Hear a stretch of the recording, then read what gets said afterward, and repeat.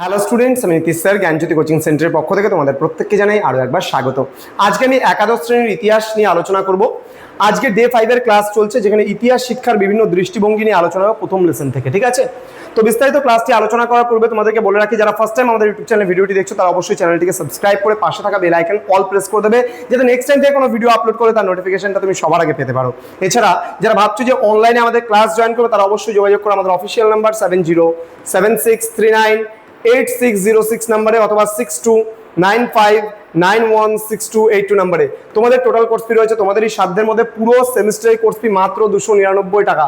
পুরো দুটো সেমিস্টার পাচ্ছ এখানে, ফার্স্ট প্লাস সেকেন্ড সেমিস্টার মিলে কিন্তু আমাদের মাত্র 299 টাকা পার সাবজেক্ট। ওকে, চলো শুরু করবো আজকের ক্লাসটা, যে ইতিহাস শিক্ষার বিভিন্ন দৃষ্টিভঙ্গি। ওকে, দেখো প্রথমে দৃষ্টিভঙ্গির বিভিন্ন বৈচিত্র্য রয়েছে ভারতের ইতিহাসে, ধর্মীয় বৈচিত্র্য রয়েছে, বিভিন্ন ধরনের বৈচিত্র্য রয়েছে। সেই সমস্ত দৃষ্টিভঙ্গিগুলো সম্পর্কে আমরা আজকে জানবো। সাম্রাজ্যবাদী দৃষ্টিভঙ্গি, সাবালটান দৃষ্টিভঙ্গি, বিভিন্ন দৃষ্টিভঙ্গিগুলো রয়েছে। প্রথমে আমরা চলে আসবো ধর্মীয় দৃষ্টিভঙ্গি। ধ্যান দিও, প্রথমে ইহুদি ধর্মমত অনুযায়ী কি বলছে, ইতিহাস হলো ঈশ্বরের ইচ্ছার বহিঃপ্রকাশ। ঈশ্বর যা ইচ্ছা করে তার বহিঃপ্রকাশই হচ্ছে আজকে আমাদের ইতিহাস। সেন্ট অগাস্টিন বলছেন সমগ্র বিশ্ব হলো সিটি অফ গড, মানে এই গোটা বিশ্বটাই, এই জগৎটাই হচ্ছে সিটি অফ গড, মানে ভগবানের শহর। ঠিক আছে। পার্সি মত অনুযায়ী কি বলছে, পৃথিবীতে সত্য এবং অসত্যের লড়াই এবং শেষ পর্যন্ত সত্যেরই জয় হয়। তাহলে পৃথিবী জুড়ে কিন্তু সত্য এবং অসত্যের লড়াইয়ের মধ্যে শেষ পর্যন্ত সত্যেরই কিন্তু জয় হয়।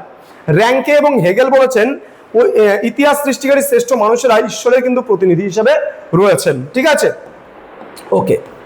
নেক্সট, যুক্তিবাদী দৃষ্টিভঙ্গি কি বলছে, বিজ্ঞানসম্মত পদ্ধতি। পঞ্চদশ শতকের নবজাগরণের পর সপ্তদশ এবং অষ্টদশ শতকে ইতিহাস চর্চায় যুক্তিবাদী ও বিজ্ঞানসম্মত দৃষ্টিভঙ্গির প্রসার ঘটে। ইতালীয় মানবতাবাদীরা সর্বপ্রথম তথ্যের যুক্তিনিষ্ঠ বিচার কিন্তু শুরু করেছিল। নেক্সট বলবো আমরা চিন্তাশীল প্রচারক। ভলতেয়ার, কোত, বাকলে এবং ডারউইন ধর্মীয় দৃষ্টিভঙ্গির বিরোধিতা করেছেন এবং তারা যুক্তি এবং প্রমাণের ভিত্তিতে ইতিহাস পুনর্গঠনের পক্ষে কিন্তু সওয়াল করেছিলেন। তারা বলছেন এই যুক্তিবাদী দৃষ্টিভঙ্গি অনুযায়ী বলছেন এটা কোনো ঈশ্বর কর্তৃক সৃষ্টি নয়, এটা সময়ের সঙ্গে সঙ্গে কিন্তু আজকের সময়ানুক্রমে বিজ্ঞানসম্মত পদ্ধতির মধ্যে দিয়ে এবং চিন্তাশীলতার মধ্যে দিয়েই কিন্তু আজকে এই ইতিহাসের উদ্ভব হয়েছে, এরা কিন্তু মনে করেছে। নেক্সট, সাম্রাজ্যবাদী দৃষ্টিভঙ্গি অনুযায়ী কি 19 শতকে তোমার হচ্ছে উন্নত ইউরোপীয় দেশগুলির অর্থনৈতিক ও রাজনৈতিক আধিপত্য প্রতিষ্ঠার কাহিনী থেকে এই দৃষ্টিভঙ্গির জন্ম। এখানকার প্রধান প্রধান ঐতিহাসিক কারা, সাম্রাজ্যবাদী দৃষ্টিভঙ্গি জেমস মিল, জন স্টুয়ার্ট মিল এবং ভিনসেন্ট স্মিথ। বৈশিষ্ট্যের কথা যদি বলি আমরা, ভারতকে একটি দুর্বল এবং বিশৃঙ্খল রাষ্ট্র হিসেবে তুলে ধরাই ছিল এদের মূল কাজ। প্রভাব, প্রথম ও দ্বিতীয় বিশ্বযুদ্ধের অন্যতম কারণ ছিল এই উগ্র সাম্রাজ্যবাদ। দেখো আজকে তারা কি ভারতকে একটি দুর্বল বলছে, দুর্বল কেন বলছেন, কারণ ভারত একটা দুর্বল রাষ্ট্র। যদি দুর্বলই না হতো তাহলে ব্রিটিশরা এতদিন ধরে কিন্তু আমাদের উপরে শাসন করে যেতে পারতো না, প্রায় 200 বছর। যারা এসছে যুগে যুগে আমাদের উপরে শাসন কার্য করে গেছে কিন্তু, তাই না? আচ্ছা, জাতীয়তাবাদী দৃষ্টিভঙ্গি। নিজ দেশের মহিমা ও গৌরব প্রচারের তাগিদে এই ইতিহাস চর্চার কিন্তু উন্মেষ ঘটে। জাতীয়তাবাদী ইতিহাস চর্চা হলো একটি প্রশস্ত এবং বিশ্লেষণধর্মী দৃষ্টিভঙ্গি, ডক্টর ইরফান হাবিব বলেছেন। তারাচাঁদের লেখা influence of Islam on Indian culture এই গ্রন্থটি রয়েছেন, এখানেও তিনি জাতীয়তাবাদের কথা বলেছেন। দেন আচার্য যদুনাথ সরকারের ঐতিহাসিক অবদানও কিন্তু যথেষ্ট গুরুত্বপূর্ণ রয়েছে এই হিসাবে। নেক্সট, মার্ক্সবাদী দৃষ্টিভঙ্গি। হ্যাঁ, বাস্তববাদী ব্যাখ্যা। কার্ল মার্ক্সের মতে ইতিহাসের মূল চালিকা শক্তি হলো শ্রেণী সংগ্রাম। উৎপাদনের উপায়ের পরিবর্তনই ইতিহাসের গতিপথ ঠিক করে দেয়। ভারতের প্রেক্ষিতে 1940 সালে রজনীকান্ত দত্তের ইন্ডিয়া টুডে গ্রন্থটি কিন্তু এই চর্চার কিন্তু সূত্রপাত ঘটায়। ঠিক আছে, এবার ভারতে মার্ক্সবাদী ঐতিহাসিকদের মধ্যে সুশোভন সরকার রয়েছে, ডিডি কোশাম্বী রয়েছে, রমিলা থাপা রয়েছে, রামশরণ শর্মা রয়েছে। ঠিক আছে, এরা কি কি দিকটা বিশ্লেষণ করেছেন সেটাও জানতে হবে। সুশোভন সরকার বিশ্লেষণ করেছেন বাংলা নবজাগরণ এবং মার্ক্সবাদী বিশ্লেষণ, প্রাচীন ভারতের ইতিহাস এবং সংস্কৃতি, অশোক এবং মৌর্য সাম্রাজ্যের সামাজিক বিশ্লেষণ, ভারতের সামন্ততন্ত্র এবং প্রাচীন সমাজতত্ত্বের কথা এরা কিন্তু বলেছেন।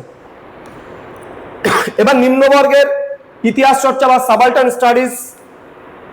ইতিহাস কেবল রাজা মহারাজাদের কাহিনী নয়, কিন্তু একটা সময় যেমন ইতিহাসে রাজা মহারাজাদের কাহিনী যেমন প্রাধান্য দেওয়া হতো, এখন কিন্তু ইতিহাসের সাধারণ মানুষও কিন্তু স্থাপনা পাচ্ছে। কারা কারা আছে? নায়ক হলো এখন সাধারণ শ্রমিক, কৃষক, খেটে খাওয়া মানুষ।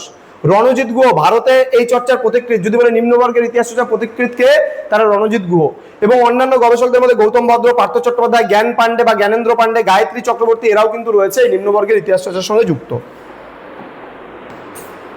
অন্যান্য দৃষ্টিভঙ্গির মধ্যে কেমব্রিজ ও অক্সফোর্ড দৃষ্টিভঙ্গি রয়েছে, এখানে নেমিয়ার আছে, গ্যালাহার রয়েছে, অনিল শীল এবং রজতকান্ত রয়, এখানকার কিন্তু সাম্রাজ্যবাদী রেশ কিন্তু কিছুটা পাওয়া যায়।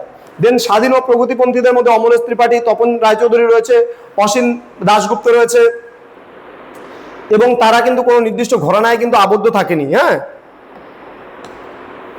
তো যাই হোক, এখন বর্তমানে ধর্মীয় যুগ, তারপরে যুক্তিবাদী যুগ, তারপরে হচ্ছে জাতীয়তাবাদী যুগ, তারপরে হচ্ছে নিম্নবর্গীয় ইতিহাস চর্চা কিন্তু এসছে। ঠিক আছে,